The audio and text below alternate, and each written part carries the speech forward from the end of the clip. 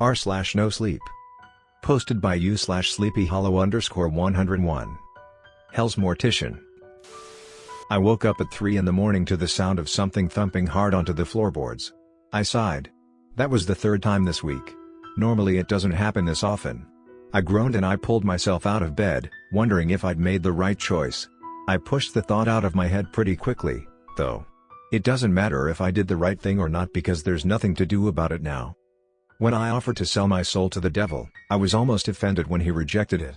"I don't do souls anymore," he said, waving his hand. "Since most of you will end up in hell anyway, I don't get anything worthwhile. There's nothing in it for me." "There must be something you'll take," I pleaded. I was truly desperate. I stared at the blood I'd spilled, listened as the voice poured from it like steam.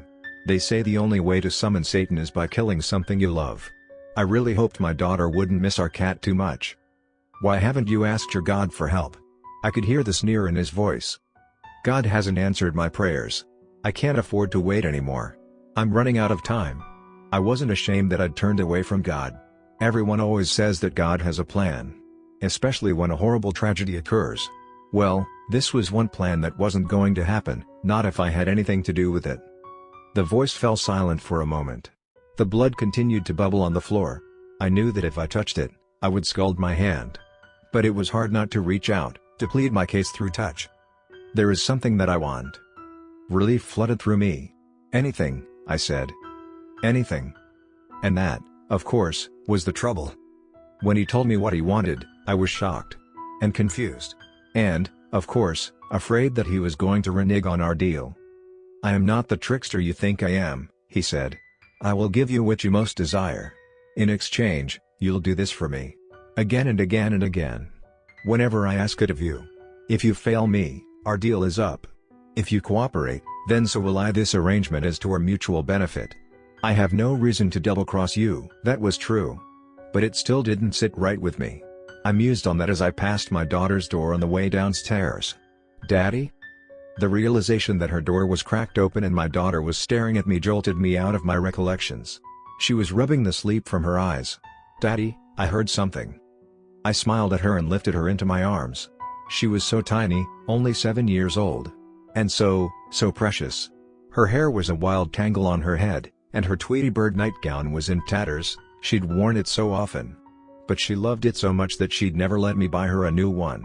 I held her close to me, just to reassure myself that she was still there. "I heard it, too. Don't worry, little birdie. Daddy will take care of it. You go back to sleep." Her head had already drooped down on my shoulder. I carried her back to bed and tucked her in, placing her favorite stuffed rabbit in her arms. She cuddled it reflexively and looked up at me, on the verge of falling back asleep. "I love you, Daddy." My heart swelled. I bent down and gave her a kiss on her forehead. "I love you too, sweetheart. Get some sleep.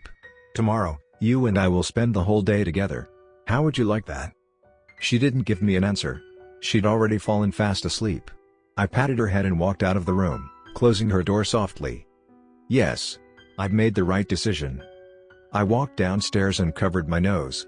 God, I always forget how badly it stinks. You think you'll get used to it, but you never do.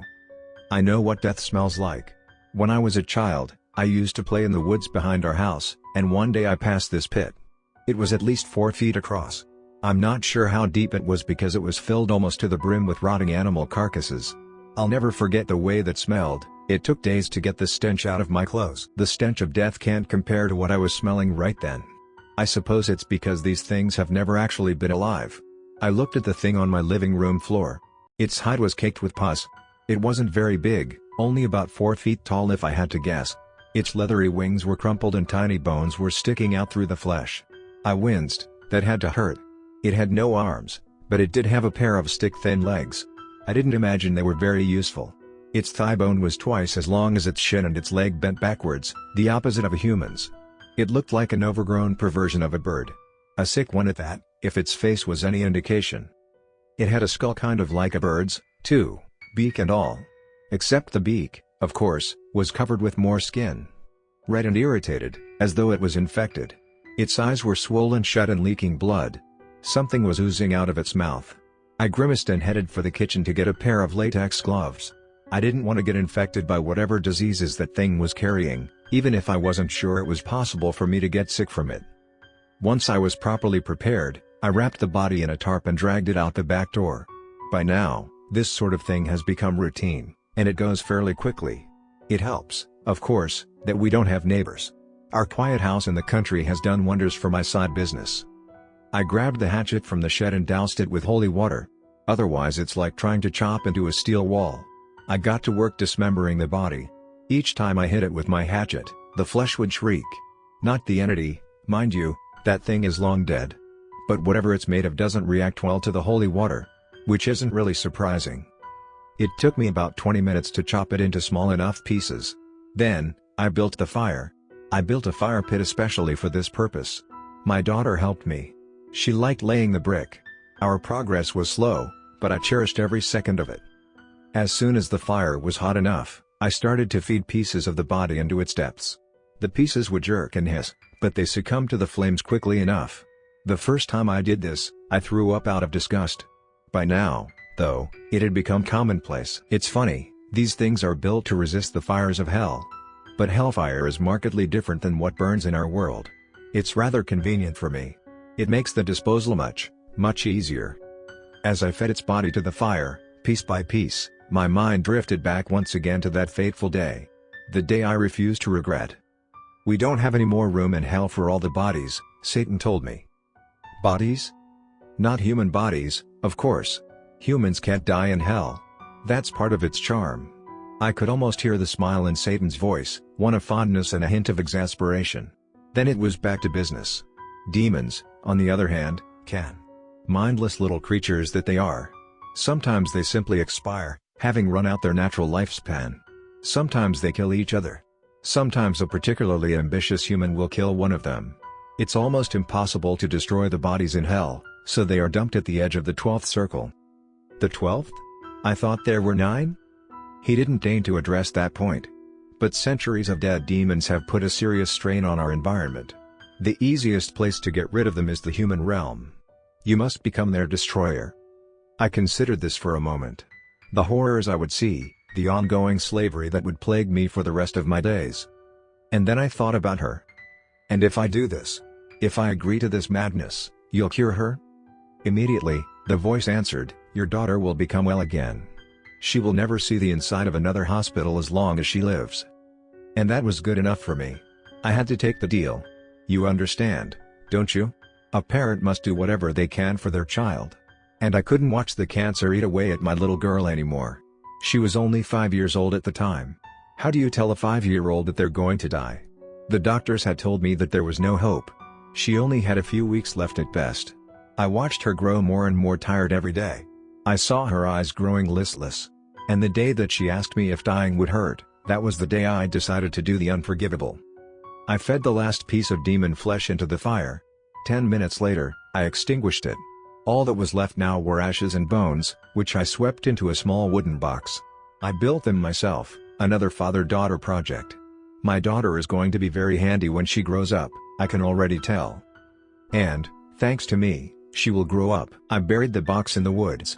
I don't think the pieces are dangerous, but I can't be sure. Anyway, hopefully nobody goes looking for them.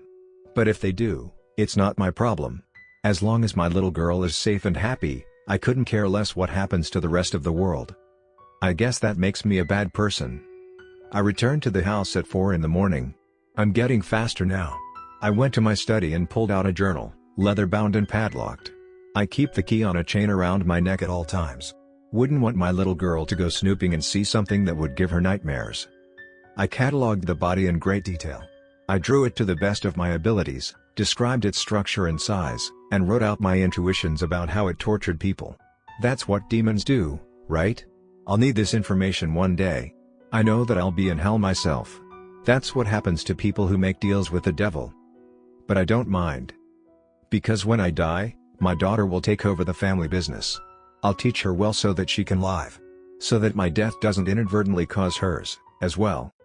And then, once I'm dead and gone, I will kill each and every one of those fuckers. I will murder every demon that I can get my hands on. I will fight my way through hell, climb out of its sulfurous pit, and drag my way to heaven, where I will slay the greatest demon of all time, the one that betrayed me and left my daughter to suffer and die.